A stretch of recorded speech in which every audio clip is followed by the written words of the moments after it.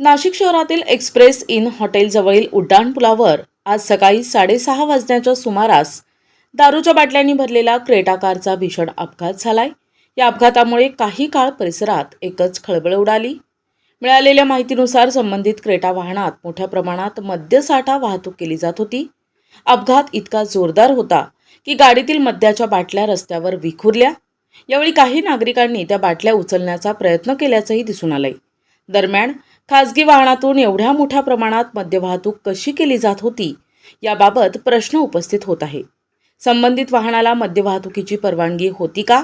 तसेच हा साठा नेमका कुठून आणला जात होता आणि कुठे नेण्यात येत होता याबाबत अद्याप स्पष्टता मिळालेली नाही। घटनेची माहिती मिळताच पोलीस घटनास्थळी दाखल झाले असून त्यांनी परिस्थिती नियंत्रणात आणली। पुढील तपास सुरू असून मद्यसाठा जप्त करण्यात आल्याची प्राथमिक माहिती आहे।